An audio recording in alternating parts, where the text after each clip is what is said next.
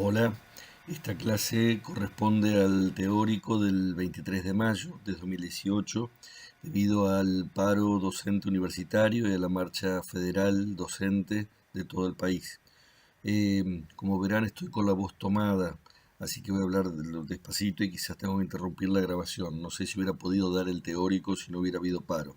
De todas maneras, sí quiero contarles brevemente que como cátedra decidimos adherir al paro, por eso no hubo prácticos ni teórico miércoles 23, sí hubo prácticos el martes 22 y lo que implementamos es reemplazar esas clases que no dictamos con algo supletorio en el campus, en este caso un teórico grabado de modo audiovisual.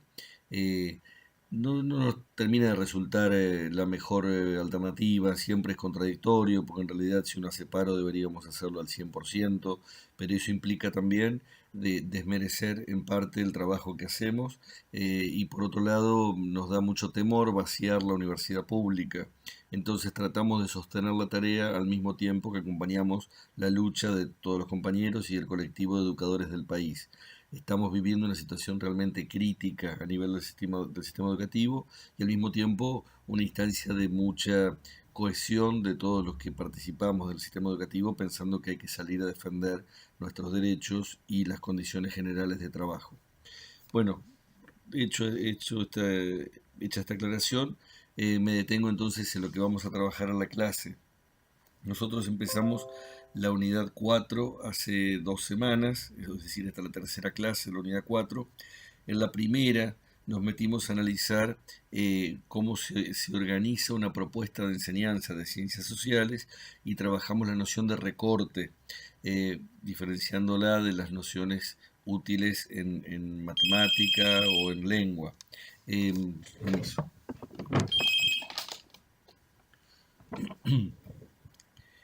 Y para eso además lo que tenían que hacer era tratar de formular una propuesta de enseñanza en los prácticos, después lo retomamos en el teórico con esa conceptualización.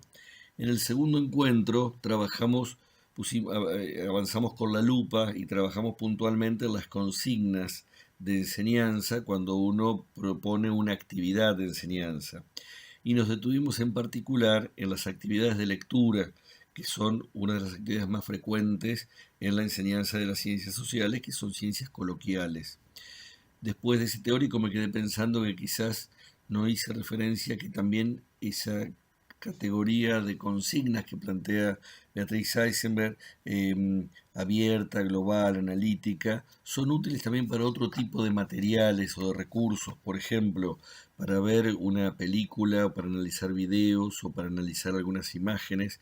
A veces también es interesante, aunque no haya habido una investigación que le dé sustento, como en el caso del artículo que leímos de Eisenberg, de los artículos de Eisenberg, si uno puede proyectar esa experiencia y plantear, no está mal trabajar una película con una consigna abierta previa a la filmación y una consigna global de discusión posterior. Eso es lo que se llama en trabajo audiovisual las consignas de visionado, es decir, nos ponemos juntos a ver la película, pero antes de ver la película les digo, vamos a analizar esta película, tal cuestión. Después la vemos completa, pero ya les anticipo qué cosas quiero que veamos. A ver, algún ejemplo.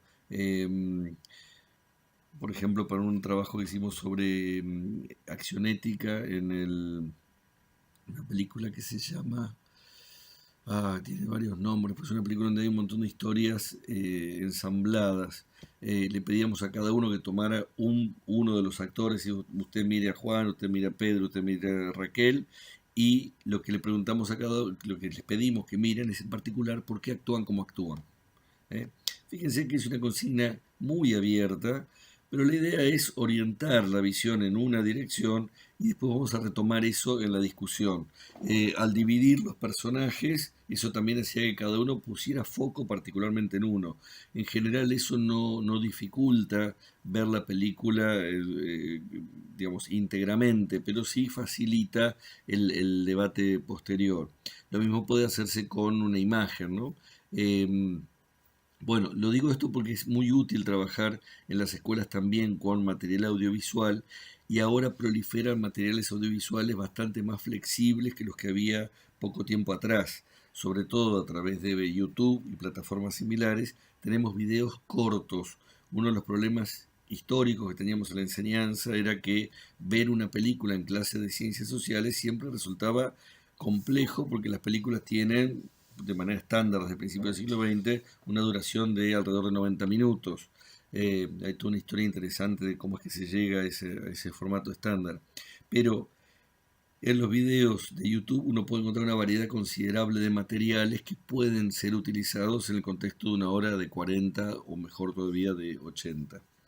Bueno, vimos ahí consignas, nos metimos con diferentes formas de lectura. Me quedé pensando también en el teórico, hubo muchas referencias a otras cosas que los preocupan en términos pedagógicos y no solo didácticos, es decir, en términos del lugar del adulto, el lugar del docente, el sentido del trabajo educativo.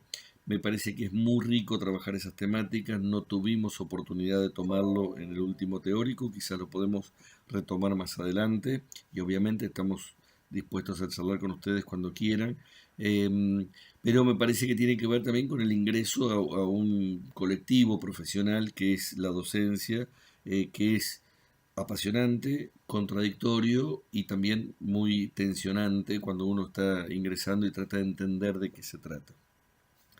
El trabajo para hoy está centrado en, seguimos dentro de la unidad 4, en la traducción de esos recortes en un recorrido de actividades. Decíamos que el recorte se organiza en esos elementos que plantean Goffman y Segal y nos permite delimitar un tema y decir vamos a trabajar esto como recorte a partir de una pregunta problematizadora.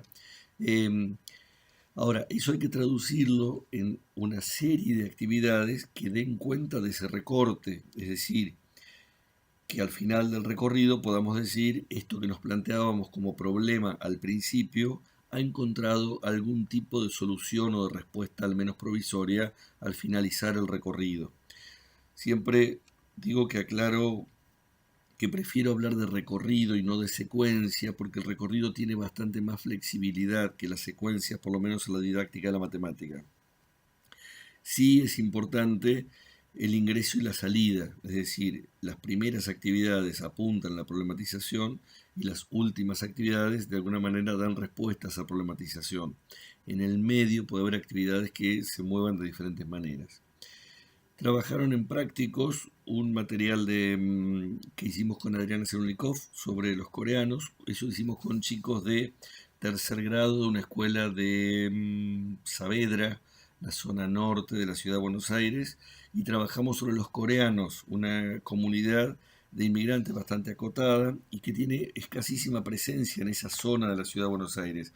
Sí hay un barrio coreano bastante más cerca de mi casa, donde están las instituciones y vinimos entonces a conocer la escuela coreano-argentina, los templos y digamos toda una serie de calles donde hay carteles escritos en coreano.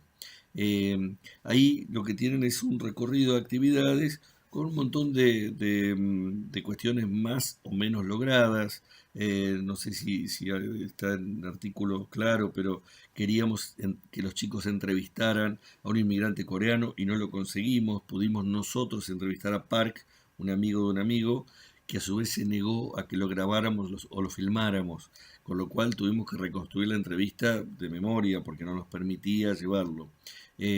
Por otro lado, queríamos trabajar con los chicos 3 textos en 3 clases diferentes, pero como la maestra estaba apurada porque terminaba el año y tenía que hacer otras cosas, tiró los 3 textos juntos en una misma clase, en un tercer grado, lo cual dificultó mucho la lectura.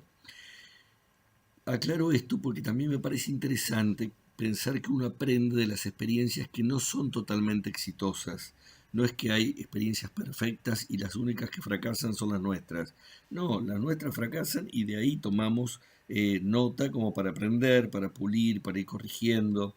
Los recorridos de enseñanza no se pueden anticipar al 100%, sino que uno los va desplegando y en general va consolidando ese recorrido cuando los repite varias veces. También tenemos la experiencia en la cátedra que nosotros tenemos una planificación bastante estable de todos los cuatrimestres, sobre la cual vamos haciendo ajustes, pero la experiencia de varios años de ir trabajando en esa dirección nos permite ir puliendo ese recorrido. Siempre digo que la primera vez que uno lleva adelante un recorte sale como el primer panqueque, sabroso pero no vistoso. Es decir, sale bien, medianamente, digno, pero la segunda vez uno tiene muchos más elementos para corregir, pulir, ajustar, reordenar, y la tercera vez en general sale pipicucú, digamos, sale mucho más redonda. Y en la cuarta vez uno tiene que empezar a preocuparse de no hacer algo demasiado burocrático, de no hacer algo mecánico, entonces tiene que recrear cada momento como si fuera la primera vez, ¿no? Ahí también nos sirve mucho el trabajo de los actores, que en cada función vuelven a transitar un texto dramático, pero lo recrean en cada momento, en el aquí y ahora del escenario. Decía, trabajaron el texto de coreanos, trabajaron el texto de, eso fue el apellido, de Leandro Volonté. Este es un texto que incorporamos ahora, nos pareció muy interesante porque es un trabajo sobre soberanía popular y transporte, muy ligado a problemas concretos de la ciudad de La Plata. Está vinculado con contenidos de geografía, pero nos pareció que también podía ser útil para la gente de sociología para verlo. Tiene una fuerte carga ideológica y a veces también nos sonaba demasiado bajada de línea, pero mírenlo, nos pareció que es un material súper interesante para pensarlo, y además no hay muchos materiales de este tipo de escuela secundaria. A veces nos pasa que los estudiantes nos dicen, tienen que darnos más de secundaria. Digo, les damos lo que podemos porque no hay tanto. Que sea valioso, porque también puede ser que traigamos cosas secundarias pero que no sean valiosas. Este nos pareció un material valioso, como todos los materiales perfectibles, y que puede ayudar a pensar el problema de la escuela secundaria. Yo quisiera agregar otros materiales, uno de Eisenberg, Carnovale y Larramendi. A Beatriz Eisenberg ya la conocen porque hemos leído ya dos o tres textos de ella. Vera Carnovale es historiadora, especialista en historia oral. Su tesis de doctorado fue sobre el PRT-ERP. Entrevistó a todos los sobrevivientes del PRT que existen y publicó ese libro que se llama Los combatientes, analizando la experiencia del PRT. Y Alina Larramendi es de Ciencias de la Educación, colega de la Universidad de Buenos Aires, trabaja con Beatriz Eisenberg en la cátedra. Ellas tres trabajaron en los fines de los 90, principios del 2000, en este material, que es un material de desarrollo curricular. No sé si se llega a ver. Cuando hablamos de material de desarrollo curricular, es un material hecho desde los organismos públicos, tomando algún contenido de los que están prescriptos en el diseño curricular y llevando adelante un desarrollo de cómo podría ser el trabajo en el aula con ese contenido. Hay mucho más material de desarrollo curricular de otras áreas y este es de los poquitos que hay de ciencias sociales. Hay también materiales interesantes en los llamados cuadernos NAP, los cuadernos para el aula que hizo el ministerio después de esto, pero elegimos tomar esto que nos resultó muy interesante y muy valioso. En este material, lo que ellas tomaron como contenido son las migraciones internas, es decir, los procesos migratorios que hubo entre los años 20, 30 y 40 de las zonas rurales a las zonas urbanas y que generaron las grandes ciudades de la Argentina, particularmente en la ciudad de Buenos Aires se armó todo el Gran Buenos Aires, la capital federal tiene actualmente más o menos la misma cantidad de población que tenía en 1930, que son 3 millones de habitantes, pero de la década del 30 ahora se agregaron otros 11 o 12 millones en todo el Gran Buenos Aires. Entonces, ese proceso aparece reflejado en este material y ellos trabajaron en una escuela real, en un sexto grado del barrio de Pompeya, un barrio de sectores populares al sur de la ciudad de Buenos Aires. ¿Qué cosas nos interesan de este material, más allá de meternos en el recorrido? Por un lado, ellas tratan de trabajar acá la utilidad del testimonio oral. Me parece que también es útil para la gente de sociología, pero también en historia. La historia oral se ha puesto de moda en los últimos años y muchas veces pasa que cuando algo se pone de moda en la disciplina, rápidamente se lleva al aula sin que necesariamente haya habido una mediación o una reflexión específica sobre el uso didáctico de eso que está de moda en la disciplina. Y entonces en este trabajo ellas tratan de ver las potencialidades, los riesgos, las precauciones que hay que tener en el trabajo oral dentro de una escuela de nivel primario. Eh, la historia oral es un recurso bastante reciente en la historia como disciplina. Pensemos que la mirada positivista de la historia apuntaba que no podía hacerse historia con menos de 50 años de distancia.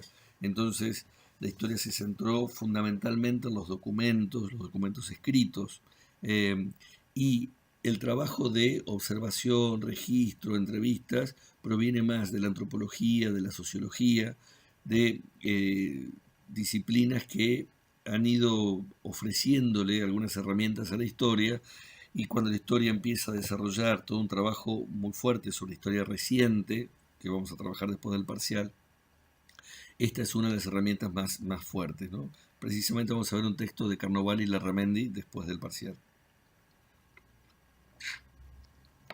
¿Qué hacen en este caso? Cuando un historiador trabaja con documentos, no produce el documento, lo que hace es tomar un documento y hace un análisis heurístico y hermenéutico del documento, es decir, primero se fija la validez del documento a través de pruebas físicas para ver si está escrito en la época en que dice que está escrito, etc., y un análisis hermenéutico sobre el significado del texto. En el trabajo sobre historia oral y en la producción de testimonios orales, el historiador produce el documento, no encuentra un documento, sino que lo crea a partir de esa interacción con alguien que le resulta un testigo particularmente relevante del contenido que quiere trabajar. Entonces, lo que hacen en este caso los chicos es producir sus fuentes orales, eh, haciendo entrevistas a migrantes del interior a Buenos Aires. Hay algunas entrevistas interesantísimas, la verdad que es muy lindo de leer el material. Está la entrevista a Alejandrina, la entrevista a Victorio. En algunos casos está la entrevista desgrabada tal como la hicieron, así preguntas y respuestas, y en otros casos producen el testimonio eliminando las preguntas y reordenando las respuestas, y aparece como la historia de Aída, historia de Jesús, un inmigrante de Catamarca, un inmigrante de Corrientes. En las páginas 19 y 20 también pueden ver algo particularmente interesante, que es la relación entre categorías y hechos. Esta relación que ya hemos mencionado en otro momento entre lo fáctico, los hechos, los datos duros y las categorías de análisis es bastante diferente entre las distintas ciencias sociales. En este caso, ellas eligen en su marco teórico plantear una serie de categorías vinculadas con migraciones, como es el concepto de cadena migratoria, factores de expulsión, factores de atracción, relaciones entre la sociedad receptora y los inmigrantes, factores subjetivos, ¿no? Páginas 19 y 20. Las veces que he trabajado este material con profesores de historia, muchos objetan particularmente esto. Para los sociólogos es habitual decir, bueno, estas son mis categorías y con esto voy a analizar. Los historiadores van más bien de lo particular a lo general, y les resulta en algunos casos chocante que se presenten categorías aplicativas antes de meterse al análisis de la empiria, ¿no? del trabajo de campo. Pero me parece que en términos didácticos es útil que ellas hayan puesto acá estas categorías, porque ordenan para ver qué es lo que estamos construyendo con los chicos a partir de esas entrevistas orales. Por otro lado, en esa misma dirección, en las páginas 28 y 29, hay también otros desarrollos muy interesantes para pensar desde el punto de vista didáctico. Por un lado, al principio de la página 28 hay dos parrafitos sobre el lugar de los conocimientos previos. Claramente esto está escrito por Beatriz Eisenberg. Ustedes recuerdan que leímos materiales de Beatriz sobre conocimientos previos, y ella acá habla dice, no iniciamos la secuencia con una exploración de las ideas de los alumnos previa a la enseñanza. Por el contrario, buscamos generar a lo largo de toda la secuencia condiciones para que estas ideas se pongan en juego. Esto ocurre necesariamente cuando los alumnos piensan por sí mismos los contenidos. Me parece que acá aclara bastante lo que ella había planteado en otro artículo. el adjetivo previo no significa que primero trabajamos eso y después enseñamos, sino que esos son conocimientos previos que son previos a cada actividad de enseñanza. Y es importante tenerlo en cuenta cuando uno plantea cualquier actividad. Vamos a estar discutiendo todo el tiempo sobre ideas, teorías, representaciones, experiencias que los chicos traen cuando están pensando en un problema que compartimos. Por eso me parece que es interesante cómo lo sintetiza en estos párrafos. Y también es muy interesante lo que desarrollan los otros dos títulos de estas páginas: la articulación entre aspectos conceptuales y procedimentales de los contenidos y qué significa enseñar conceptos. Me contaba Lucía que varios me han preguntado sobre el cambio conceptual, sobre todo por el texto de Lenzi. Me parece que acá hay algo interesante que ayuda a pensar el lugar de los conceptos. Los que me acompañan en edad, que hay algunos colegas que están cursando la materia, saben que hacia los años 90, mediados de los 90, se puso de moda en la educación distinguir contenidos conceptuales, procedimentales y actitudinales. Eso tuvo un impacto muy fuerte en todo el sistema educativo, porque además se les pedía a los docentes, y en algunas escuelas todavía se les pide, que planifiquen distinguiendo contenidos conceptuales, procedimentales y actitudinales. Esa distinción es bastante arbitraria, es bastante rígida, y tiene, creo yo, el problema de que pone junto lo que no necesariamente va junto y separa lo que no necesariamente tiene que separarse. Y no fueron categorías pensadas para planificar la enseñanza, por eso es que resultan tan burdas cuando uno trata de llevarlas a una planificación. Lo que plantean estas páginas es precisamente ese problema. Dicen, en las ciencias sociales no es que hay conceptos por un lado y procedimientos por otro, sino que los conceptos en las ciencias sociales son herramientas de trabajo. Y precisamente el trabajo en el aula pone en juego esos conceptos. Ellas hablan acá de que hay un costado declarativo, un aspecto declarativo de los conceptos y un aspecto, lo llaman como herramienta, ¿no? El aspecto instrumental de los conceptos. ¿A qué se refiere con aspecto declarativo? El aspecto declarativo es todo lo que se puede decir de un concepto: la definición, la caracterización, la descripción, todo lo que justifica el concepto. Y el aspecto instrumental es la relación que tiene con la empiria, con lo fáctico, con los procesos reales. Precisamente, si alguien acuña el concepto de capitalismo, es para dar cuenta de lo que ocurre en la realidad social. A veces nos ocurre en la escuela que enseñamos solo una parte de los conceptos. Entonces le preguntamos a un chico, ¿qué es el capitalismo? El capitalismo es el sistema económico en el cual unos son dueños de los modos de producción, otros bla, bla, bla, de los bienes de producción, y otros ofrecen la fuerza de trabajo. ¿Alguna vez viste capitalismo? No, nunca en mi vida. Claro, porque tiene la parte declarativa, pero no identifica su práctica cotidiana como consumidor y su práctica en el sistema económico como parte del capitalismo. Entonces, lo que ellas plantean acá es que enseñar conceptos significa construir a la par ese aspecto declarativo y ese uso instrumental del concepto. Siempre me acuerdo de un chiste de Yo Matías, el personaje de Sendra. En un momento la maestra le pregunta a Matías qué era Cortés, un conquistador, y Pizarro, un conquistador, y Solís, un conquistador. Entonces la maestra le dice, muy bien, Matías, te felicito, ahora dame vos nombres de conquistadores. Y él dice, el chiste es viejo, Alain Delon, Paul Newman, hoy diría Pablo Echarri, Facundo Arana, o fíjense, no sé, el Chino Darín, de acuerdo a la generación, cada uno pone el personaje. Es interesante porque si la maestra no repreguntaba dando vuelta, ella se quedaba con la idea de que Matías sabía de qué estaba hablando. Sin embargo, le estaba utilizando el concepto de conquistador con un uso declarativo diferente. Es decir, conquistador es alguien que conquistó una tierra y conquistador es alguien que es seductor, que es galante. Entonces él le estaba dando el otro uso al término y solo se da cuenta cuando invierte la pregunta y le pide que les dé contraejemplos. Dejen esto remojo para cuando veamos evaluación dentro de un rato.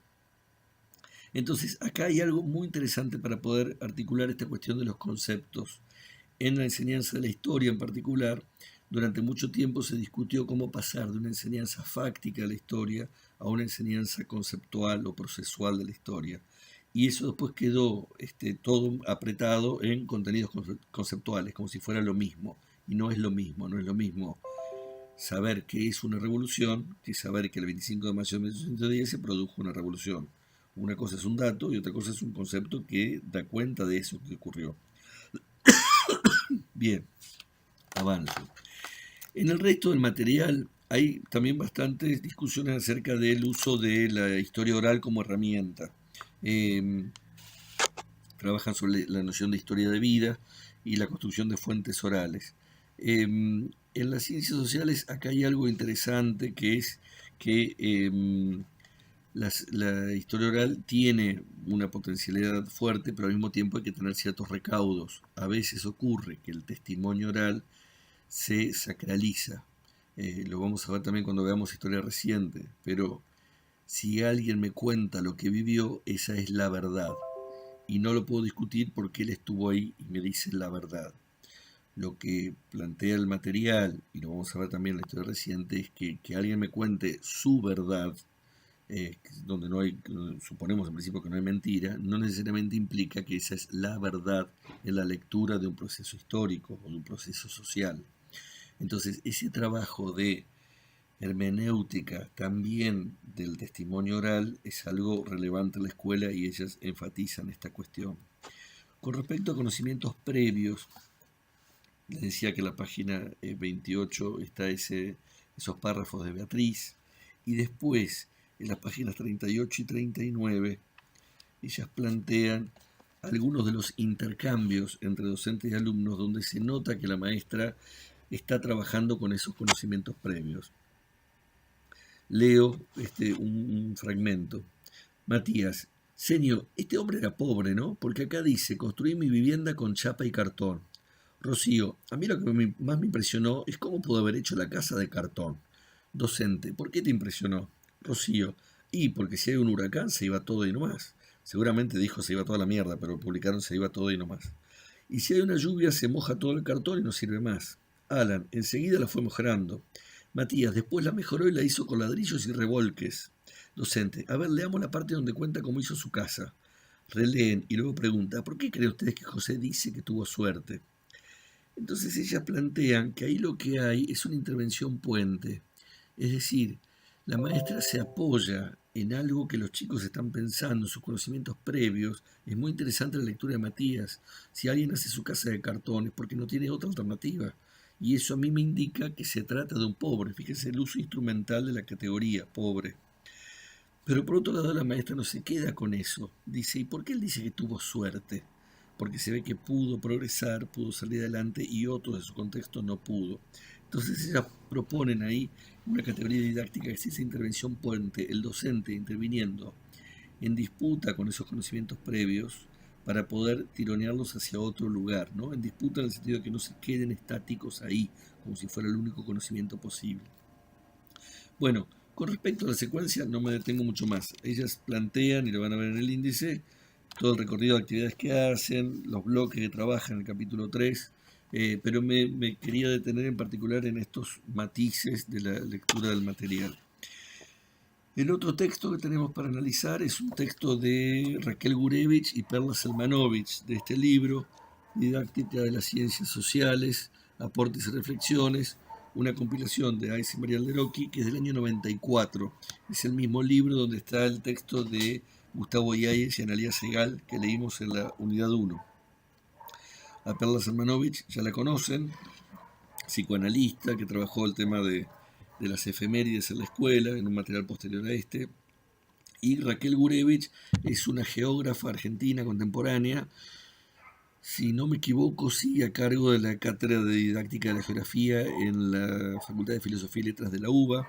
Y Raquel trabaja en el Ministerio de Educación de la Nación desde fines de los 90, creo que hasta la actualidad. Dudo porque mucha gente, o sea, los que están en el ministerio o se fueron, o lo fueron, o están tratando de irse. Pero Raquel creo que sigue trabajando ahí. Es una persona relevante en todo lo que sea didáctica de la geografía en nuestro país, lo mismo que Villa, Zenobio y otras autoras que vamos a leer después. Y en este material proponen un tipo de actividad que me parecía interesante recuperar, que es el juego de simulación. Tuvimos en la cátedra una experiencia de juego de simulación en el primer teórico. ¿Recuerdan cuando hicimos el juicio a la enseñanza de las ciencias sociales? Cada uno escribió su historia de vida, después nos dividimos en equipos y había testigos a favor, en contra, un equipo de fiscales, un equipo de defensores y un jurado. ¿Qué riquezas tiene el juego de simulación y qué riesgos o limitaciones tiene? Algo de eso estaba también en el artículo de Yáñez y Segal de la unidad 1. Pero lo más potente que tiene el juego de simulación son, creo yo, dos cosas. Por un lado, que pone en juego como protagonistas a los actores sociales. Cuando nosotros queremos plantear un problema, necesitamos hacer visible que ahí hay gente que tiene intereses, que tiene concepciones, que tiene representaciones y que actúa desde esos intereses y representaciones. Y eso es algo que no es sencillo de trabajar en la escuela. Entonces el juego de simulación pone foco en los actores sociales.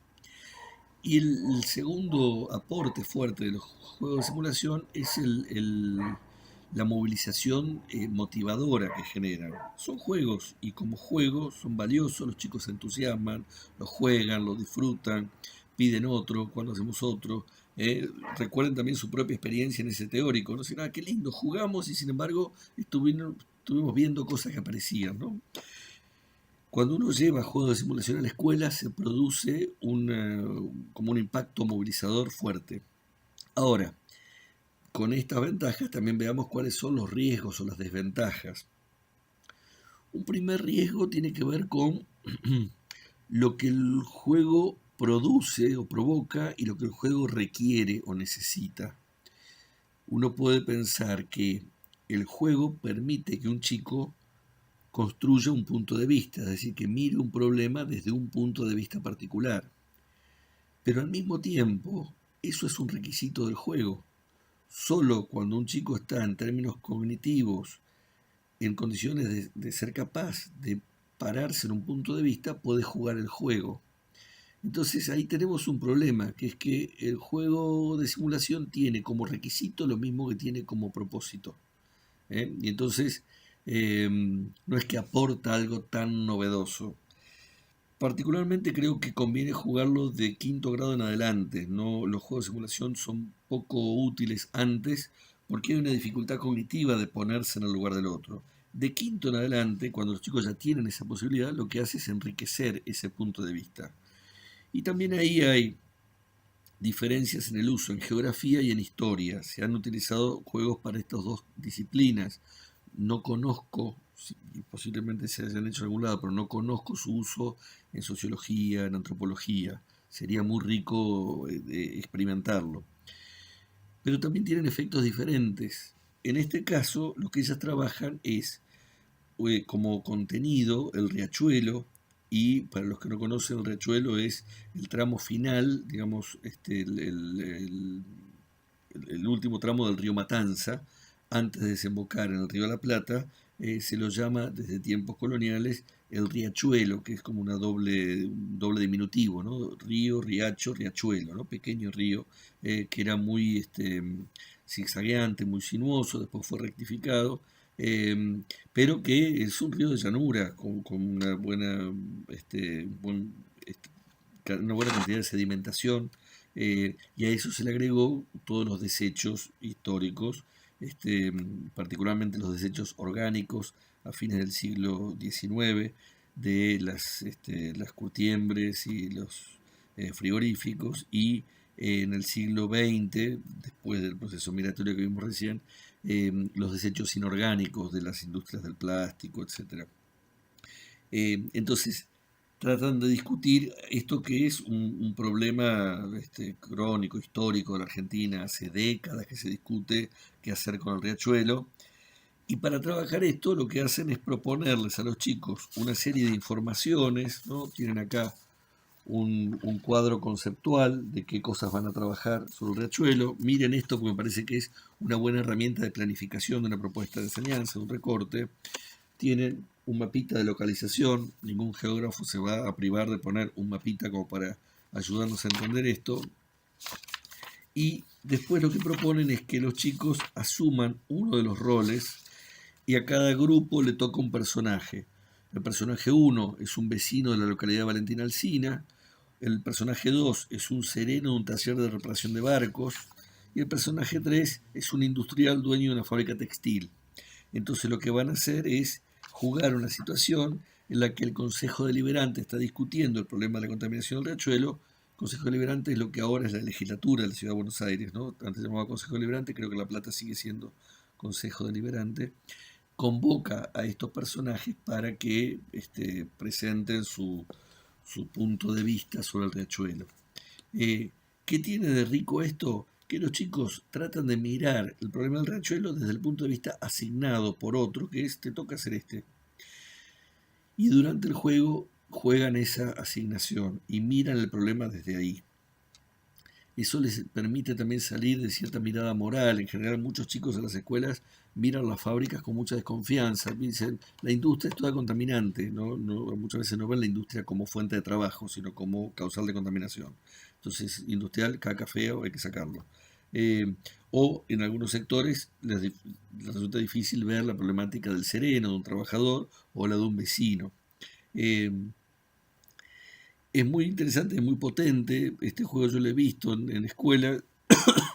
A mi modo de ver, una cuestión que no me cierra del todo es que faltan algunas voces. Yo le agregaría alguna voz del Estado. Me parece que solo las voces de vecinos y trabajadores y empresarios me queda un poco suelta. Pero es cierto que está el Consejo Liberante. Quizás se le podría agregar dos sectores del Consejo Deliberante, dos partidos, un oficialista y un opositor, y que tengan que discutir desde ahí, ¿no? Con la lógica de los partidos.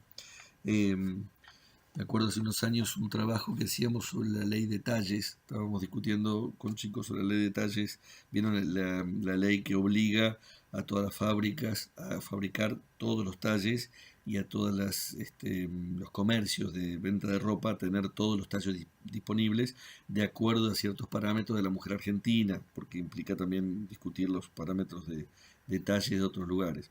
Y ahí hacíamos como un debate entre un partido oficialista que propone la ley, un partido opositor que se opone a la ley, un grupo de fabricantes de ropa que se oponen a la ley y un grupo de consumidores que piden por la ley. Entonces cada uno tenía que buscar argumentos a favor y en contra y les dábamos materiales para que lo discutieran.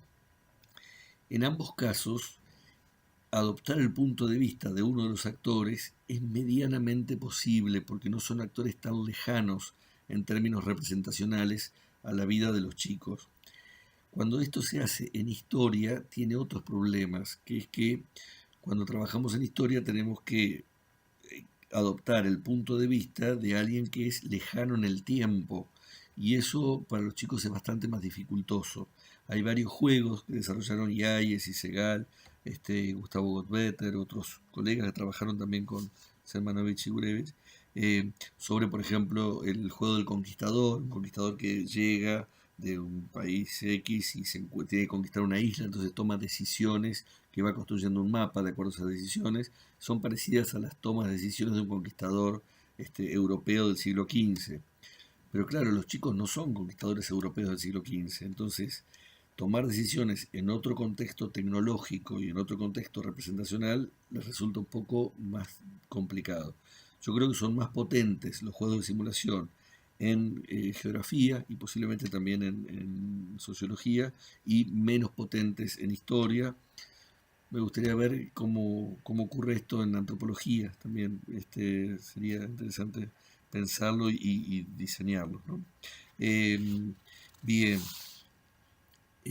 Otra cosa que me parece importante acá, creo que ya lo mencioné en alguna clase, pero lo vuelvo a tomar, es la relación entre problema social y problema de conocimiento.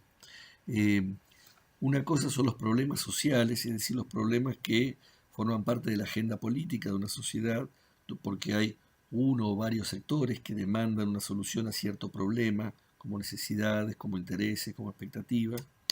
Y otra cosa son los problemas de conocimientos, donde alguien, un sujeto individual o colectivo, se pregunta o se plantea una pregunta que busca una respuesta. Cuando en didáctica estamos hablando de problematizar, nos referimos a construir un problema de conocimiento. No necesariamente tenemos que hacerlo a través de un problema social. Digamos, distingamos, son dos tipos de la palabra problema es la misma, pero son dos tipos de problemas distintos. Lo que a nosotros nos importa es el problema de conocimiento. Pero muchas veces los problemas sociales también nos ofrecen buenas oportunidades para pensar problemas de conocimiento. No necesariamente todos los problemas de conocimiento tienen que provenir de problemas sociales, pero a veces los problemas sociales nos dan buenas pistas como para poder meternos a construir un problema de conocimiento. Digo para poder entender en qué sentido es un problema el riachuelo. Es un problema social, pero al mismo tiempo, cuando nos metemos a indagar por qué está como está y qué se puede llegar a hacer con él, estamos construyendo un problema de conocimiento a partir del problema social. Bien, creo que con eso estamos en estos textos. No hay un punto de llegada. Nosotros seleccionamos 4 propuestas de enseñanza. Fíjense que algunas, como la de Eisenberg o la de Coreanos, están llevadas al aula, otras como la de Gurevich y Sermanovich son propuestas, pero que no, acá no nos dicen qué pasa con los pibes cuando discuten. Sería muy rico, es mucho más rico ese material donde uno puede registrar fragmentos de lo que los chicos dicen cuando participan en estas actividades, y otras cuando uno arma una propuesta y dice, bueno, que la lleve adelante, que se fije cómo la ajusta. El otro gran contenido que tenemos que trabajar ahora en la unidad 4 es la cuestión de la evaluación. La evaluación en ciencias sociales. Siempre resulta un poco paradójico que estamos trabajando la evaluación justo una semana antes, o en este caso 2 semanas antes del parcial, cuando yo ya sé que muchos de ustedes están con la cabeza puesta en qué me van a preguntar de esto. Después hablamos un poquito del parcial, pero quiero que nos metamos conceptualmente en la cuestión de la evaluación. Para eso vamos a trabajar con 2 textos. Uno de María Cristina Davini. Cristina Davini era una colega especialista en didáctica general, ya fallecida, no hace mucho, y este texto es un texto nuevo en la cátedra, lo tomamos porque notamos que muchos no tenían algunas nociones básicas sobre evaluación en general. Y un texto específico de la evaluación en ciencias sociales, que es un texto de Henry Pluckrose, acá está el libro, Enseñanza y aprendizaje de la historia. Pluckrose es un especialista inglés en didáctica de la historia y dentro de ese libro hay un capítulo sobre evaluación. No es que teníamos una gran cantidad de capítulos y decimos, ¿cuál elegimos de todos los que tenemos? No, estábamos entre este y otro, escribió una persona argentina que hace 20 años que no se dedica más a ese tema. Entonces, no es que hay mucho material sobre evaluación. Tengo ahora 2 tesistas, uno de Mar del Plata y otro de La Matanza, que están trabajando sobre la evaluación en ciencias sociales y mi idea es que puedan producir algo que después sea material de la cátedra. ¿Por qué nos falta mucho en evaluación? Por varios motivos.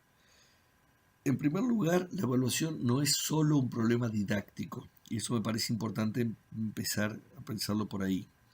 La evaluación tiene que ver con compilar información sobre lo que ocurre en los procesos educativos, y eso es interés de la didáctica, es decir, interés de una disciplina que está ocupada de la enseñanza y quiere ver si esa enseñanza funciona o no, pero es también interés de la política educativa y es también interés de la economía ligada a la educación para ver si lo que se invierte en educación genera los resultados esperados y si vale la pena invertir lo que se invierte. Entonces, la evaluación reúne una trama muy compleja, porque hay muchas miradas puestas ahí, y por otro lado está atravesada por múltiples lógicas institucionales. No se trata solo de que un profesor piense cómo voy a evaluar, sino que cuando uno va a evaluar está dentro de una trama de normativas que lo constriñen enormemente. Cualquier profesor de secundaria sabe que no solo está evaluando su materia, que tiene ciertos requisitos acerca de cómo, cuándo y cuántas veces puede evaluar a sus alumnos, y al mismo tiempo lo que él decida va a incidir en las trayectorias educativas de esos chicos, porque puede detener o propiciar que avancen en la escolaridad. Entonces, cuando uno toma decisiones didácticas, está también, o tiene esas resonancias de los otros efectos no didácticos que tiene esa decisión. Lo mismo nos pasa a la facultad. Una cosa es pensar qué parcial nos gustaría tener, en un contexto de educación popular, y otra cosa es estar constreñidos por las lógicas, que por un lado son lógicas que garantizan derechos a todos, pero al mismo tiempo que garantizan derechos, constriñen cierto juego de decisiones para tomar. Digo, después cuando hablemos del parcial retomamos esto, pero me parece importante pensar que no es solo didáctico el tema. La evaluación es una práctica institucional antigua y extendida, y que es inherente a los procesos de enseñanza y a los procesos de aprendizaje. Es inherente a los procesos de enseñanza porque la enseñanza busca promover algún tipo de modificación en el otro. La enseñanza busca promover que un sujeto se transforme a través de un nuevo conocimiento, una nueva experiencia, a través del aprendizaje. Entonces, la enseñanza requiere evaluar para ver si lo que se proponía hacer se logra o no se logra. Y el aprendizaje también requiere evaluación. Un sujeto que aprende, cuando evalúa si aprendió o no aprendió, puede capitalizar su propio proceso y tomar conciencia de, yo esto ahora lo sé y antes no lo sabía, o esto lo pienso ahora pero antes no lo pensaba, esto lo hago ahora pero antes no lo hacía, garantiza también la apropiación de ese conocimiento, esa habilidad, esa competencia como para poder utilizarlo en otros lugares. Muchas veces ocurre que uno aprende cosas que no conceptualiza. Pensemos también muchos aprendizajes, tanto intelectuales como físicos o corporales. Uno dice, yo no sé, no me di cuenta cuándo aprendí esto, lo hago y de golpe, en cierto momento digo, me doy cuenta de que a cierto tiempo aprendí algo, quién sabe cuándo lo aprendí. Bien. Ese proceso de evaluación, entonces, que es una trama compleja, tensa, a nosotros nos atraviesan las discusiones político-pedagógicas porque todas las evaluaciones PISA apuntan a que una escuela es eficaz si responde a las herramientas de evaluación que ha diseñado una empresa en el Reino Unido. Disculpen. Y si han diseñado una herramienta, entonces es valioso, es calidad lo que responde esa herramienta. Lo que no responde esa herramienta no es calidad. Y eso se ha construido para poder homogeneizar parámetros de comparación en todo el mundo. Y ahí la palabra evaluación se devalúa y se refiere particularmente a la medición, aquello que es medible. Eso es una influencia muy fuerte de la economía en las políticas educativas y particularmente en las políticas evaluativas.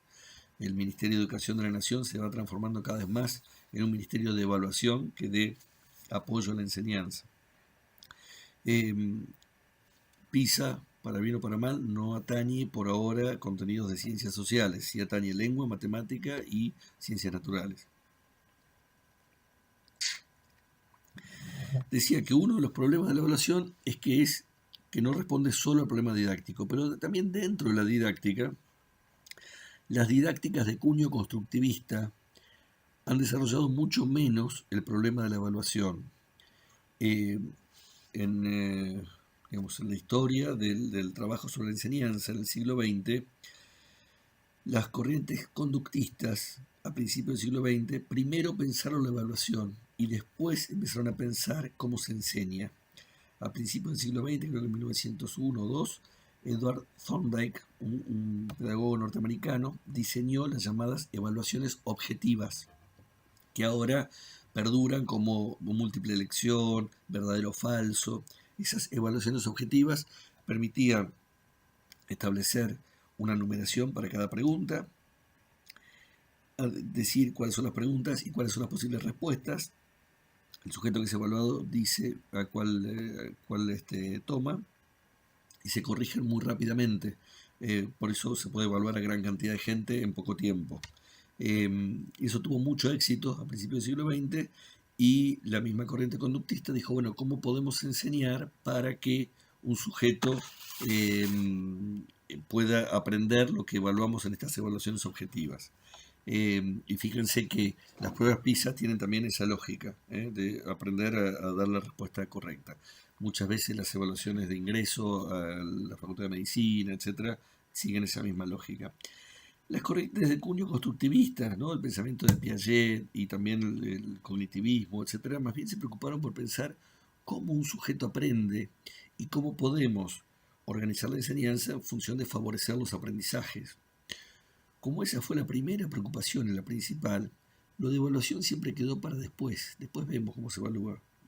Y como nunca termina de resolverse cómo enseñamos bien, la evaluación siempre fue quedando bastante más atrás.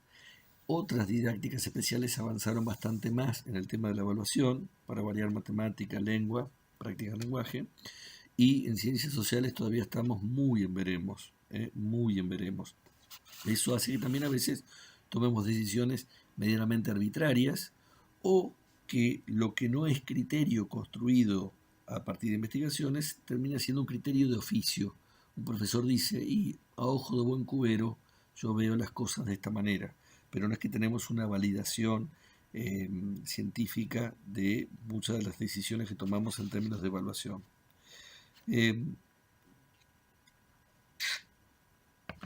Vamos a desarrollar dentro de la evaluación algunos momentos y modalidades específicas para poder pensarlo. Como momentos, tomo 3 momentos, lo que se llama la evaluación diagnóstico, la evaluación formativa o de proceso y la evaluación recapituladora o sumativa. Eso lo van a encontrar en el texto de Davini. Ella también toma esos 3 momentos.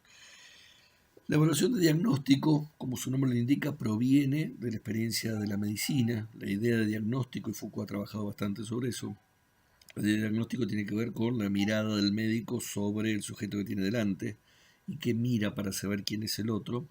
Y en evaluación, en educación, esa evaluación diagnóstica apunta a que al inicio del proceso educativo el docente lleve adelante algunas herramientas de evaluación que le permita saber dónde está parado. Generalmente se asocian a ese momento inicial. Y por ejemplo, yo creo que tienen una utilidad en matemática y en lengua, porque efectivamente nos permiten saber hasta dónde han llegado en otros años, en qué punto están, y desde ahí retomamos, pero que no tiene el mismo sentido en ciencias sociales. Jamás le propondría a un profesor tomar un diagnóstico antes de ver qué enseñamos. A mi modo de ver, la evaluación diagnóstica está dentro del proceso de enseñanza, dentro de la problematización de cada recorte. Cuando problematizamos, cuando vemos cómo enfrentan los estudiantes, los alumnos, el problema que queremos trabajar, ahí estamos estableciendo un diagnóstico de qué es lo que está pensando el grupo y cada chico, pero no es que primero hay que hacer un diagnóstico y después empezamos a enseñar. Está dentro del proceso de enseñanza. Uno de los riesgos de la evaluación diagnóstico son los riesgos de etiquetamiento. Pasa mucho en las evaluaciones que a principio de año el profesor dice, bueno, tomo un diagnóstico, este está en un nivel excelente, este bueno, este mediano. Pasa todo el año y cada uno de los alumnos sigue en el mismo nivel, porque ese etiquetamiento inicial dificultó mucho que el docente pudiera ver el diagnóstico como una foto y no como un momento de un proceso más largo, ¿no? Entonces, a mi modo de ver, en ciencias sociales la evaluación diagnóstica forma parte del proceso de enseñanza. El segundo momento que menciona Davini es lo que se llama evaluación de proceso, que también podemos llamar evaluación formativa, y alude a la mirada del docente permanente sobre su propia tarea y los efectos que va generando los aprendizajes de los alumnos. Permite ir chequeando aprendizajes parciales, corregir estrategias, hacer seguimientos. Acá una de las herramientas fuertes que tenemos en esta evaluación de proceso es lo que se llama evaluación de portafolio. Algunos lo llaman también de portfolio, pero en castellano la palabra es portafolio. Portafolio que significa llevar hojas. Esta evaluación de portafolio nos viene de la educación artística. Piensen que cuando alguien aprende a esculpir o a trabajar en cerámica, no es que aprende durante un tiempo y después hay un día donde hay una prueba para hacer una escultura y tiene que hacer una escultura. En general, lo que se hace es que va produciendo algo y una alternativa es que el profesor diga, tomo estas producciones y las analizo para ir viendo el proceso que vos hiciste. O también a veces se les pide al mismo alumno que diga, de todas las producciones que tuviste en este cuatrimestre, elegí 3 que den cuenta de lo que hacías al principio, de lo que hacías en el medio, de lo que haces ahora, o 3 que den cuenta de aprendizajes distintos. Pero la evaluación de portafolio implica compilar diferentes producciones de un sujeto a lo largo del recorrido de enseñanza para poder ir viendo el proceso. es lo más rico que tiene. ¿Puede haber evaluación de portafolio en ciencias sociales? Sí, muy ligado a lo que hablábamos en la última clase sobre las actividades de escritura en clase. Si nosotros en los procesos, en los trabajos con los diferentes recortes, les pedimos a los chicos que escriban lo que piensan, lo que aprendieron, lo que resultó más interesante en cada tramo, y vamos guardando esos trabajos, después también podemos decirles, bueno, ahora toma estos mismos trabajos que vos hiciste, ordenalos, pensá qué cambios hubo de un momento a otro, o el mismo docente puede decir, bueno, quizás este pibe no llegó al nivel que yo esperaba, pero de las primeras producciones a la última hay un avance enorme. Y quizá otro pibe ya desde el principio estaba en un nivel de excelencia, pero de la primera a la última prácticamente no hubo cambios. Entonces tiene que poder poner en juego en la evaluación el esfuerzo de uno y el proceso de uno y el estancamiento del otro, ¿no? Y por otro lado, esta evaluación formativa apunta a tomar decisiones, ¿no? Poder ir capturando algunas producciones de los alumnos me permite decir qué hago, sigo por este lado o reordeno la enseñanza en otra dirección. El tercer momento que menciona Davini, perdón, hay algunos ejemplos de Pluckrose de esto, la página 181 y siguientes, hay algunos ejemplos de lo que se puede hacer sobre evaluación formativa. En la página 181 habla de cómo tomar algunos materiales de los alumnos. Han hecho una visita a Hampton Court y un chico de 7 años dice: fue construido en 1514 por Thomas Wolsey y el rey Enrique VIII tuvo envidia y se enfadó, así que se lo cedió para complacerle. Cuando era de Thomas Wolsey tenía 500 criados, pero a Enrique VIII no le gustaba eso. Luego volvimos a la escuela, tomamos el autobús número 4 para ir a la escuela y antes tuvimos que ir en tren. O sea, el pibe está poniendo en el mismo texto la disputa entre Wolsey y Enrique VIII y su propio recorrido por el castillo, ¿no? El palacio. Entonces, plantea Pluckrose, aquí tenemos la confusión entre el pasado y el presente, típica de muchos niños de esa edad, ¿no? Entonces, la producción me permite ver por dónde van.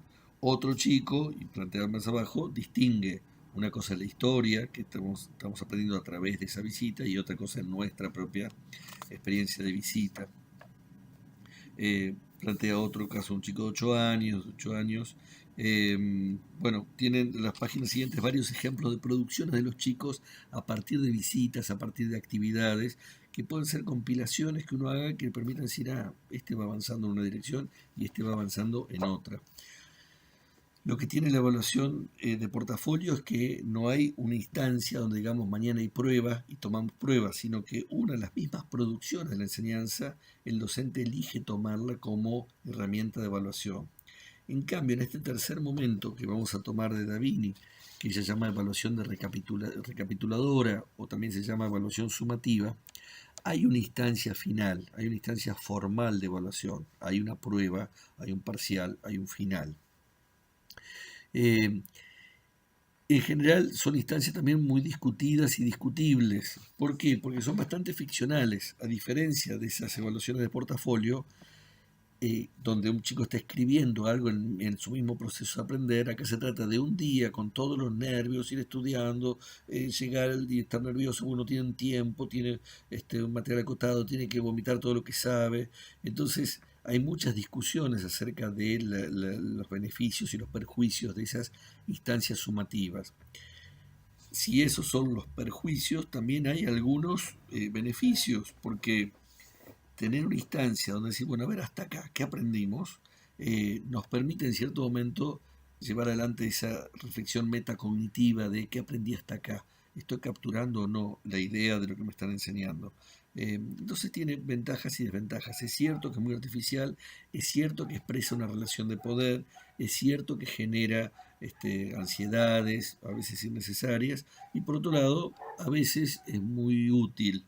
No sé la experiencia de ustedes, a mí me ha pasado como estudiante también aprender mucho de buenas instancias de evaluación sumativa, cuando hay también buenas condiciones, ¿no? No cuando hay un ojo escrutador que está esperando que me equivoque, sino cuando me ayudan a pensar. En esas evaluaciones, cuando uno piensa el tipo de evaluaciones, En general hay pruebas cognitivas, ¿no? En la evaluación de proceso uno puede medir también procesos emocionales, por ejemplo en esa educación artística o acá en este trabajo de las visitas, uno puede ver cómo sintieron los chicos, qué les interesó, qué les gustó, qué preguntas. Acá son pruebas cognitivas, sabe o no sabe. Y hay varias alternativas. Una son las evaluaciones de redacción, es decir, se le da un tema y el alumno tiene que desarrollar. Eso tiene una ventaja, que es que se trata de un típico trabajo de ciencias sociales. O sea, un cientista social hace eso, desarrolla un tema. Es una situación artificial hacerlo de corrido en poco tiempo cuando es en una instancia acotada en horas. Quizás cuando es un parcial domiciliario se aparece un poquito más a la instancia habitual.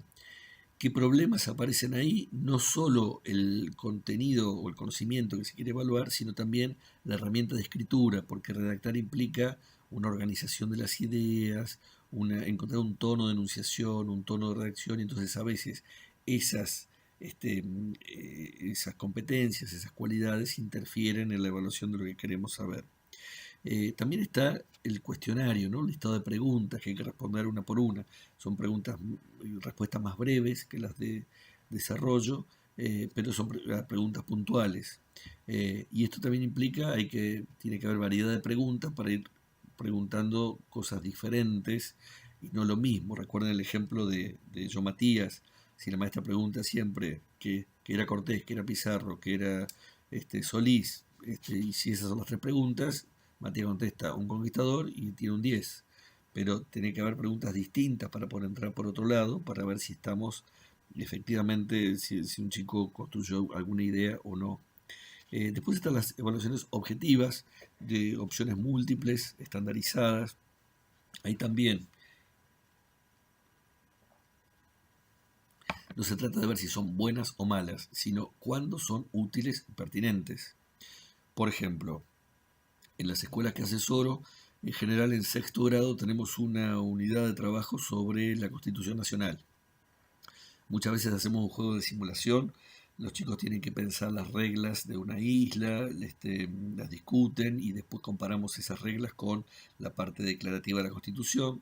Y después nos ponemos a leer la Constitución, los artículos principales, y a veces por grupos tiene que presentar cuáles son las atribuciones del Congreso, del Poder Ejecutivo, del Poder Judicial. Ahora, si nosotros después de eso a los chicos les damos una evaluación, un cuestionario o una evaluación de desarrollo, necesariamente se van a equivocar. No hay manera de escribir en el vocabulario jurídico y que uno no se equivoque. Cualquiera de nosotros se equivoca porque es un vocabulario muy técnico.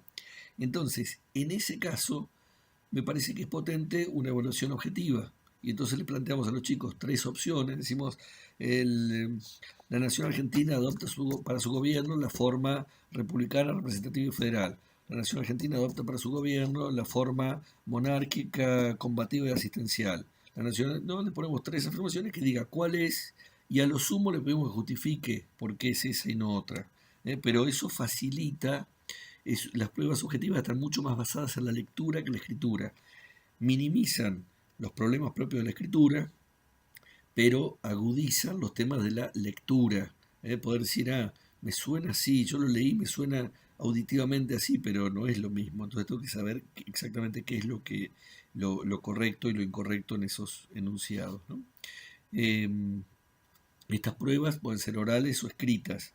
El oral tiene una desventaja histórica. Toda la investigación sobre las pruebas objetivas empezó por un cuestionamiento muy fuerte que habían hecho los estudiantes universitarios de Estados Unidos a mediados del siglo XIX a las evaluaciones orales, porque decían que eran muy arbitrarias y que generaban maltrato y una relación de poder muy desigual con los docentes, con los profesores, situaciones de humillación, etc. Entonces, para evitar eso, hubo marchas de estudiantes, exigían evaluaciones escritas, ¿no? Y eso generó toda la investigación sobre pruebas objetivas. Es cierto que los orales tienen ese componente posible, pero al mismo tiempo tienen una ventaja que no tienen las pruebas escritas, que es la repregunta.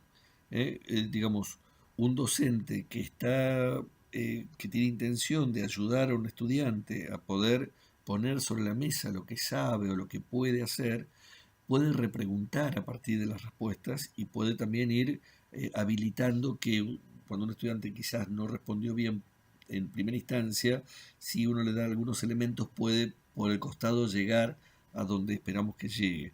En ese sentido, cuando se generan condiciones intersubjetivas de tranquilidad, de confianza, el oral también tiene sus ventajas, ¿no? Eh, bien,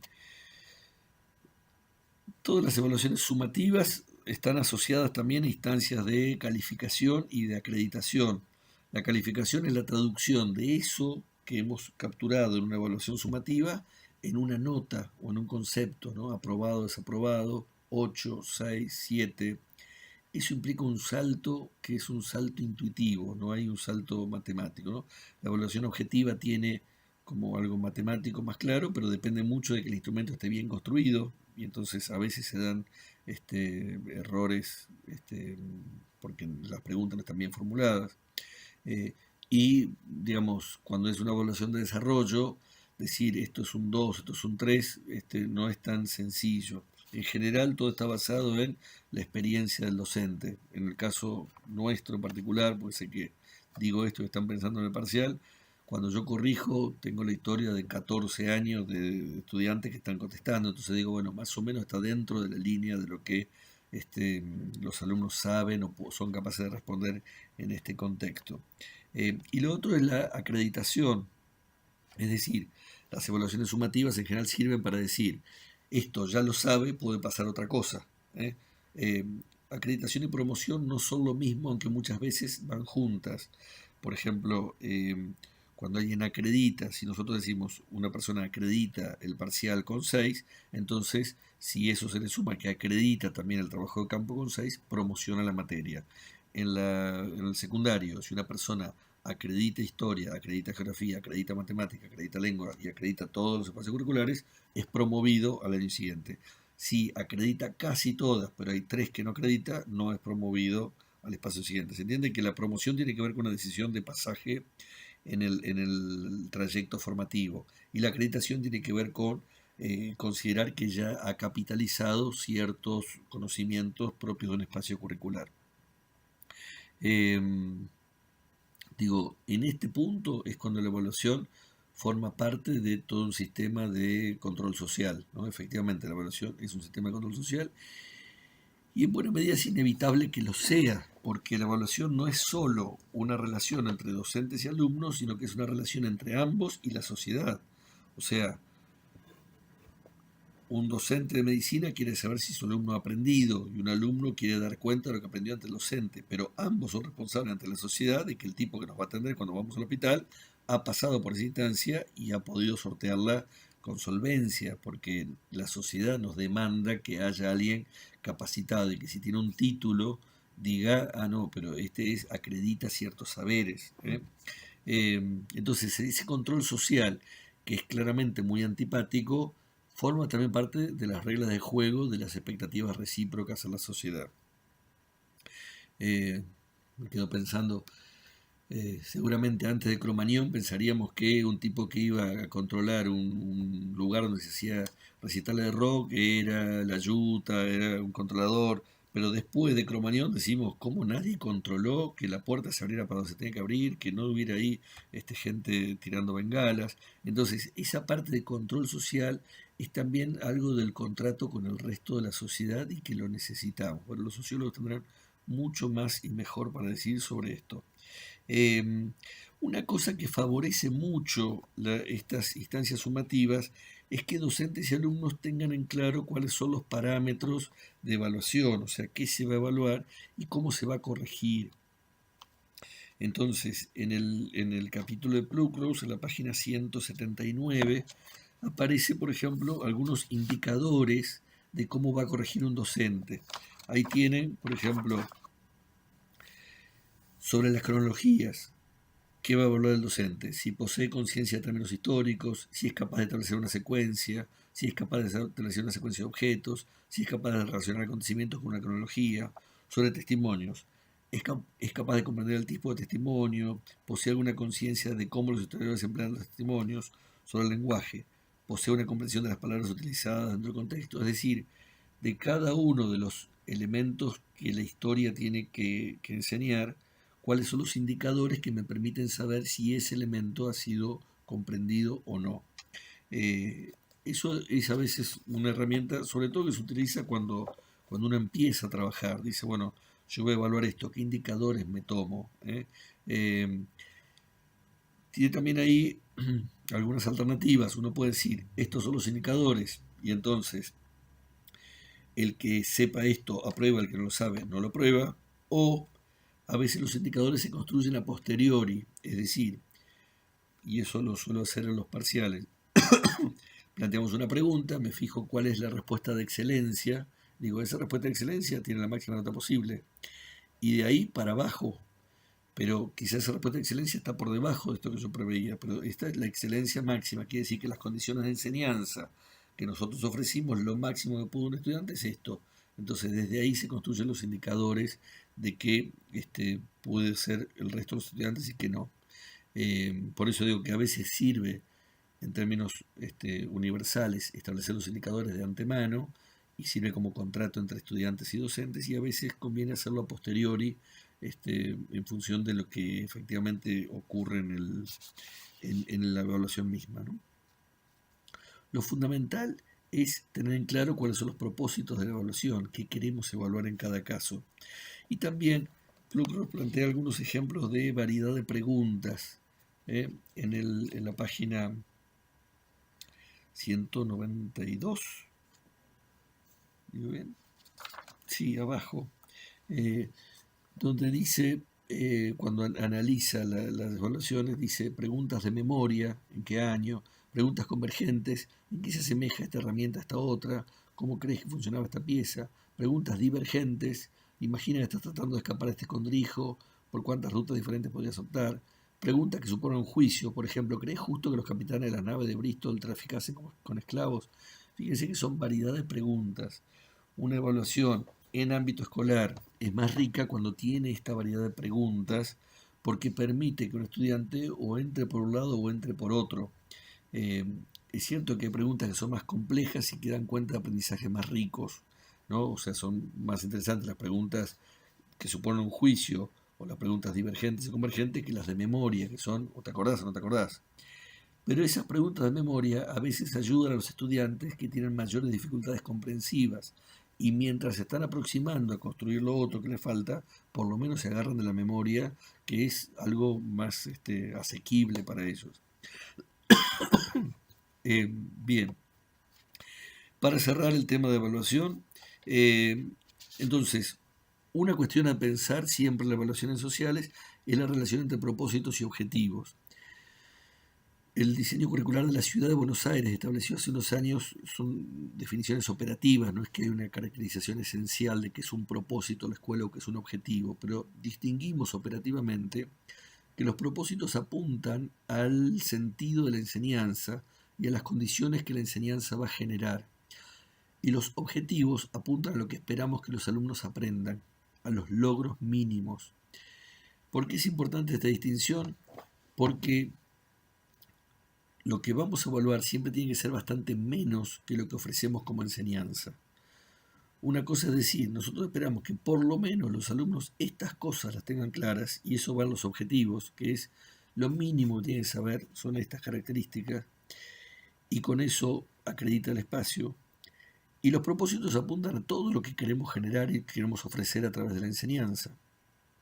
Y eso va a ser mucho más, porque hay alumnos que van a querer y van a poder bastante más que el resto, y la idea es que la escuela pueda ofrecerles todo eso. Entonces los propósitos siempre son mucho más ambiciosos que los objetivos. Los propósitos son, nos proponemos generar condiciones para que los chicos puedan pensar tal problema, tal otro. Objetivos, que logren identificar qué significa tal palabra, que puedan comparar este proceso con este otro, ¿no? Pero cosas mucho más acotadas. Esto es importante porque a veces parte de los problemas que hay en las escuelas tienen que ver con no distinguir entre el todo o esa cuestión ambiciosa de los propósitos y esa cuestión básica de los objetivos.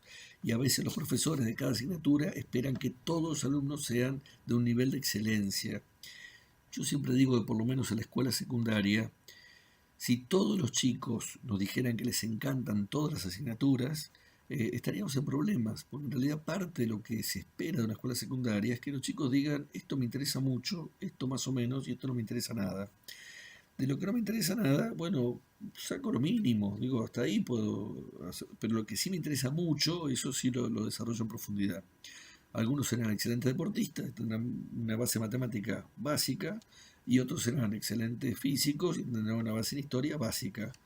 Eh, pero no podemos pedirles a todos el máximo nivel. Digo esto porque a veces también trabajando con profesores de escuela secundaria les digo, ¿quieren saber qué necesita alguien de su materia para poder vivir? Pregúntenle al profesor de la materia de al lado, ¿no? O sea, ¿cuánto sabe de historia el profe de biología? ¿Cuánto sabe de biología el profe de matemática? ¿Cuánto sabe de matemática el profe de plástica? Y ahí vamos a ver los parámetros básicos que necesita un sujeto. La excelencia sí la pueden saber ustedes y uno le ofrece en enseñanza, pero no le exige como aprendizaje para todos. Eh, Porque eso implica también poner una vara demasiado alta para una gran cantidad de chicos. Eh, Segundo componente es poder poner en juego en las evaluaciones esta relación entre los datos, la información, los hechos y las categorías explicativas, las explicaciones. Lo importante es que las dos cosas estén en juego en las instancias de evaluación, tanto en historia como en geografía y seguramente también en sociología, en antropología. Y un tercer criterio que me parece importante para pensar la evaluación, este año elegí darlo al final, aunque otros años parto de ahí, es el concepto de isomorfismo. Isomorfismo. La palabra isomorfismo empieza igual que triángulo isósceles, porque en griego iso significa igual y morfismo se refiere a morfos, que en griego significa forma, morfos. Eh, entonces, igual forma. Un criterio importante para la evaluación es que los estudiantes deberían ser evaluados de la misma forma en que han aprendido. Es decir, si nosotros enseñamos discutiendo un caso, evaluaremos discutiendo un caso. Si enseñamos analizando un texto periodístico, serán evaluados analizando un texto periodístico. Si enseñamos trabajando sobre textos explicativos, serán evaluados sobre textos explicativos. Cuanto más se parezca la actividad de evaluación a la actividad con la cual aprendieron los alumnos, más garantías tenemos de que van a poder hacerlo, es decir, no hay una transformación. Recuerden que hablábamos de que en general aprendemos oyendo y leyendo y somos evaluados hablando y escribiendo. Entonces, el isomorfismo nos reduce ese problema. Y a veces no solo es que sea una actividad semejante, sino a veces la misma actividad. Discutimos en la primera actividad de enseñanza para problematizar un caso y cuando termina el recorrido de enseñanza decimos vamos a discutir el mismo caso. Por ejemplo, empezamos con el riachuelo, discutiendo un artículo que habla de los problemas del riachuelo. La actividad de evaluación, el mismo artículo. ¿Qué pueden decir ahora que no decían al principio? Y a veces si les llevamos el mismo texto que escribieron cada uno de ellos el primer día, decimos pongan una raya y escriban abajo todo lo que ahora pueden decir que no tenían en ese momento. Entonces, el isomorfismo es una herramienta útil para pensar la evaluación en el ámbito escolar, ¿no? Primaria, secundaria, donde hay evaluación sumativa. Bien, algunos comentarios sobre el parcial. Primero, digo, siempre es difícil hablar del parcial después de que di todos estos elementos sobre evaluación, porque, insisto, nosotros estamos en un contexto institucional donde hay ciertas restricciones propias de que tiene que haber por lo menos un parcial, tiene que haber una calificación numérica y en una estructura muy diferente de la que ocurre en una escuela primaria o secundaria, porque acá tienen varios profesores, tienen espacios prácticos, espacios teóricos, no es un solo profesor que hace todo el tiempo lo mismo. Lo que nosotros pensamos para el parcial siempre son 4 preguntas, en general dedicamos por lo menos una pregunta a cada unidad, más o menos, pero son preguntas de todo lo que hemos trabajado en este tiempo. Son preguntas de desarrollo, es decir, la idea es que la pregunta es un poquito larga, pero que desarrollen una idea. En general, en la pregunta incluimos algunos fragmentos, ¿no? Por ejemplo, una frase de Eisenberg, una frase de Carretero, una frase con la idea de que eso les sirva como apoyo para que decir, bueno, a ver, acordate que es por acá y que puedan desarrollar la idea desde ahí. Eh, en algunos casos pasa también que hay gente que dice, yo prefiero responder la pregunta, pero no tomo esa frase porque me hace más ruido. Em, ¿Qué más? Nos ceñimos bastante al texto. Eso también, si por mí fuera, preferiría un tipo de evaluación menos ceñida a la bibliografía obligatoria, pero eso deja bastante la intemperie a todos los que no pueden venir al teórico o a los que no pueden sostener las lecturas. Entonces nos atenemos bastante a los textos, este, y quizás tenemos más juego de interrelación entre los textos en los finales orales. Pero las evaluaciones escritas están, la pregunta es por autor, no decimos desarrolle evaluación, sino que dice Plucro sobre esto, o si tomamos conocimientos previos que dice Eisenberg, que dice, ¿no? O sobre esta frase de Eisenberg, cómo puedes desarrollar en lugar de los conocimientos previos en ciencias sociales, ¿no? Y de a qué se dedican y cómo trabajar con ellos. Eh, Son dos preguntas de 3 puntos, dos preguntas de 2 puntos. Habiendo 4 preguntas y con esa puntuación, es muy raro que alguien no saque 4 puntos. En general no puede pasar por un trimestre que haya una o dos personas que no llegue a sacar 4 puntos, y en general hay gente que después nos dice, no, la verdad no había leído, me tiré a la pileta, pero digamos es difícil sacar menos de 4. Sí es diferente sacar 6 o más. La distancia entre 4 y 6 es bastante corta, pero cuando yo miro el conjunto del parcial, también evalúo si es una persona que acredita un saber de la materia en esas 4 preguntas que permite sostener la promoción, o si me parece que ameritaría que siga dándole otra vuelta de tuerca a la lectura, al estudio, y nos reencontramos en el final. Lo digo esto también porque hay mucha gente que se pone muy mal si no aprueba, si no promociona. La mayoría, en general entre la mitad y 2 tercios de los alumnos promocionan, pero hay algunos que no promocionan, y en general no es una mala experiencia dar final ni nada de eso. Lo aclaro esto para que se tranquilicen. Necesitamos también que los que quieren promocionar se presenten la primera fecha. Los que eligen presentarse la segunda van directamente a la instancia final, que puede implicar o final completo o descarga parcial de contenido, que es solo lo de la última parte de la unidad 4 y la unidad 5.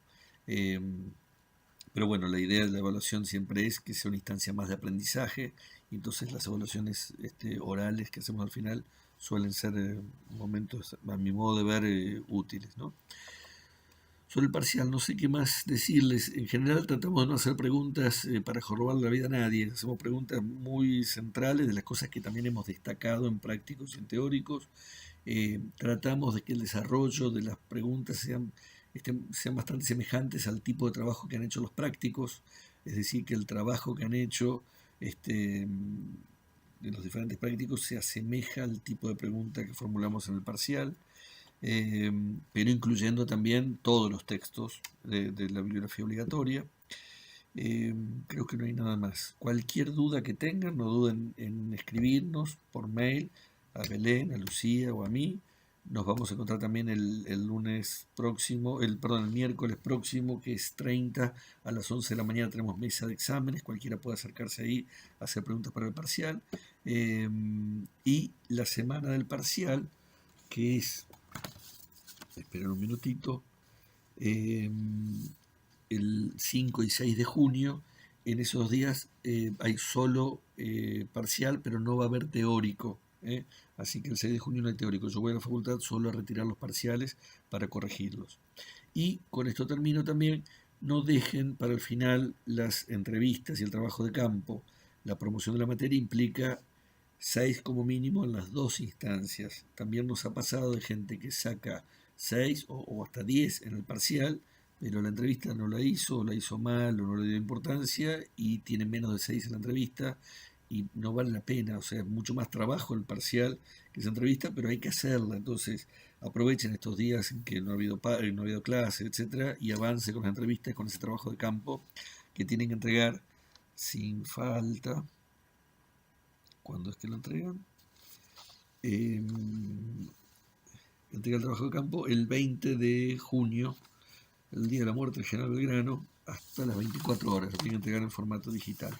Bueno, Espero no haberme equivocado nada de lo formal. Si me equivoqué, pido disculpas. Espero que les resulte útil la clase. Espero que nos encontremos en la marcha. Yo veré si puedo asistir porque no me siento bien, pero si puedo asistir, me parece que estamos en un momento en que el sistema educativo necesita y amerita que salgamos a disputar la calle y a defender los derechos de todos. Gracias, que sigan bien.